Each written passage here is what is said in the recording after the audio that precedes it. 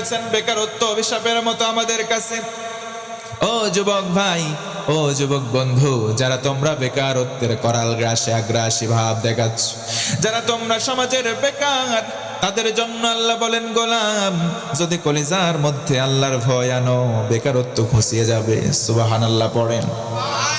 চাকরির জন্য কারো দ্বারস্থ হওয়ার প্রয়োজন নাই, চাকরির জন্য ঘুষ দেওয়ার প্রয়োজন নাই, চাকরির জন্য আল্লাহর ভয় কলিজার মধ্যে ইনস্টল করলে আল্লাহ ওয়াদা করলেন, গোলাম কোন জায়গায় যাবার প্রয়োজন নাই। ইয়াজআল্লাহু মাখরাজা, আমি রব্বুল আলামিনের ওয়াদা, তোমার কলিজায় যদি আল্লাহর ভয় থাকে, তোমার কর্মসংস্থানের ব্যবস্থা করে দেব আমি আল্লাহ।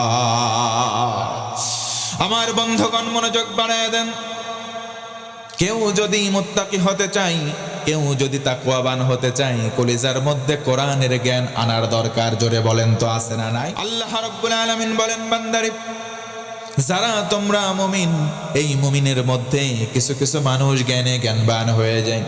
আল্লাহ বলেন, যারা মুমিন হবে, মুমিন হওয়ার পর যারা জ্ঞানে জ্ঞানবান হবে, অবশ্যই কোরআনের জ্ঞানে জ্ঞানবান হওয়া লাগবে। কোরআনের জ্ঞানে যারা জ্ঞানবান হবে, আল্লাহ বলেন, গোলাম ইয়ারফাইল্লাহ, আল্লাহ নিজে তার সম্মান উঁচু করে দেবেন। জোরে বলুন সুবহানাল্লাহ। যার কলিজার মধ্যে কোরআনের শিক্ষা থাকবে, যার কলিজার মধ্যে কোরআন থাকবে, সে কখনো সুন্নতের পাবন্দি এটা বাদ দিয়ে গয়রে খেলাফে সুন্নাত কোনো কাজ করতে পারে না। খেলাফে সুন্নাত কোনো কাজ দেখবেন তলবুল ইলমরা করে না, সুন্নাহ মেনে চলে সব সময়। কথা বলেন ঠিক কিনা? আল্লাহ রাব্বুল আলামিনের কোরআন যখন নাজিল হয়ে গেল, ও মুসলমান, নবীজির এক সময় মনটা বিচলিত হয়ে গেল। নবী মনে মনে চিন্তা করলেন, কোরআনটা আসলো মজায় মার খাওয়ার জন্য। আমি কোরআনের দাওয়াত যেখানে দেওয়া শুরু করলাম, কোরআনের দাওয়াত শুরু করলাম, কেউ তো কোরআন নাই না, গ্রহণ করবার জন্য কত না কিছু করতে হয়, কিন্তু কেউ তো কোরআনের দাওয়াত গ্রহণ করে না প্রারম্ভিক সময়। আল্লাহ রাব্বুল আলামিন এই জন্য বলেন, তাহা মা আনজালনা আলাইকাল কুরআনা লিতাশকা। জোর গলায় বলেন আল্লাহু আকবার। আল্লাহ রাব্বুল আলামিন বলেন, নবীজি শোনেন, আপনার মন খারাপ কেন? মন খারাপ করবেন না, কারণ কোরআন আপনার সম্মানটা নষ্ট করবার জন্য নাজিল করি নাই। কোরআন দিয়েছে আপনার সম্মানকে গগনচুম্বী করবার জন্য। পড়েন সুবহানাল্লাহ। আল্লাহ নবীজি বলেন, কিয়ামতের দিন মানুষদেরকে একা একা যখন ডেকে নেওয়া হবে, মিজানের পাল্লা কায়েম করে দেওয়া হবে।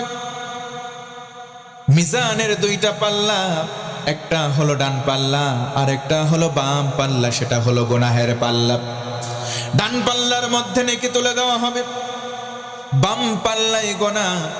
লোকটাকে ডেকে নেওয়ার পর বাম পাল্লার মধ্যে একটা দুইটা করতে করতে 99টা গুনাহের খাতা দেওয়া হলো।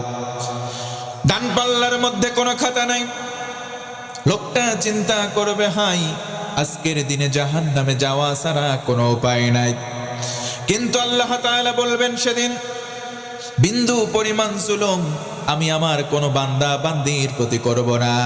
আজকের দিনে কোনো জুলুম কোনো বান্দা বান্দির প্রতি করা হবে না। পড়েন সুবহানাল্লাহ। নবীজি আমার বলেন, শোনো আমার উম্মতেরা শোনো, যেই যে পাল্লার মধ্যে গোনার খাতা 99টা, এত মোটা খাতা, এত বিশাল। নবীজি বলেন, মাদ্দাল বাসার, চোখ দিয়ে যত দূর দেখা যায়, এই দৃষ্টি সীমা যত দূর পর্যন্ত পৌঁছে যায়, এত মোটা মোটা খাতা। খাতার সংখ্যা 99টা। লোকটা চিন্তা করবে, নাকি শূন্য খাতা, আমি জাহান্নামে আবশ্যিক যাব।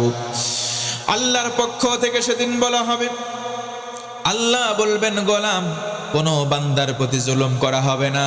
ফেরেশতাকে ডেকে একটা কাগজের টুকরা দেওয়া হবে, খুদ বিতাকা, এই কাগজের টুকরা লাও, বান্দার ডান পাল্লায় তুলে দাও, সঙ্গে সঙ্গে নেকির পাল্লা ভারী হয়ে যাবে। পড়েন সুবহানাল্লাহ। আল্লাহর ফেরেশতারা বলবে, ও আল্লাহর বান্দা, আল্লাহর রহমত, তুমি এখন জান্নাত পর্যন্ত চলে যাও, কোনো রকম বাধা দেওয়া হবে না। লোকটা তো আশ্চর্যিত হয়ে যাবে, আহারে কি এমন কাগজের টুকরা দেওয়া হলো। মা হাদিহিল বিতাকা, কি এমন কাগজের টুকরা, কাগজের টুকরায় কি লেখা আমি একটু দেখি তো। দৃষ্টিপাত করে দেখবে কি লেখা আছে। ও মুসলমান, নবীজি বলেন শোনো, কিয়ামতের দিন যখন লোকটা আশ্চর্যিত হয়ে ওই কাগজের দিকে তাকাবে, তখন দেখতে পাবে দুনিয়ার জমিনে একবার লা ইলাহা কালেমা পড়েছিল, এই কালেমাটাই লেখা আছে। পড়েন সুবহানাল্লাহ। নবীজি আমার ভিন্ন হাদিসের মধ্যে ইরশাদ করেন, মান ক্বালা লা ইলাহা ইল্লাল্লাহ দাখালাল জান্নাহ, যারা লা ইলাহা কালেমা পড়বে আল্লাহ শর্ত বাদে জান্নাতি বানায় দেবেন। পড়েন সুবহানাল্লাহ। এই জন্য বলেন তো মুসলমান, কালেমার সঙ্গে সম্পর্ক রাখার দরকার আছে না নাই? কোরআনের শিক্ষায় শিক্ষিত হলে তিনটা মান, তিনটা মর্যাদা আমার আল্লাহ দেবেন। এক নম্বর, কোরআনের শিক্ষায় যারা শিক্ষিত হবে তাদের মধ্যে তাকওয়া পয়দা করে দেওয়া হবে, তাদেরকে আল্লাহ মুত্তাকি বলে গণ্য করবেন। 2 নম্বর, সুন্নতের পাবন্দি বানাবেন। আর 3 নম্বর, তাদেরকে আদব বলা বানাবেন। জোর গলায় বলা লাগবে সুবহানাল্লাহ।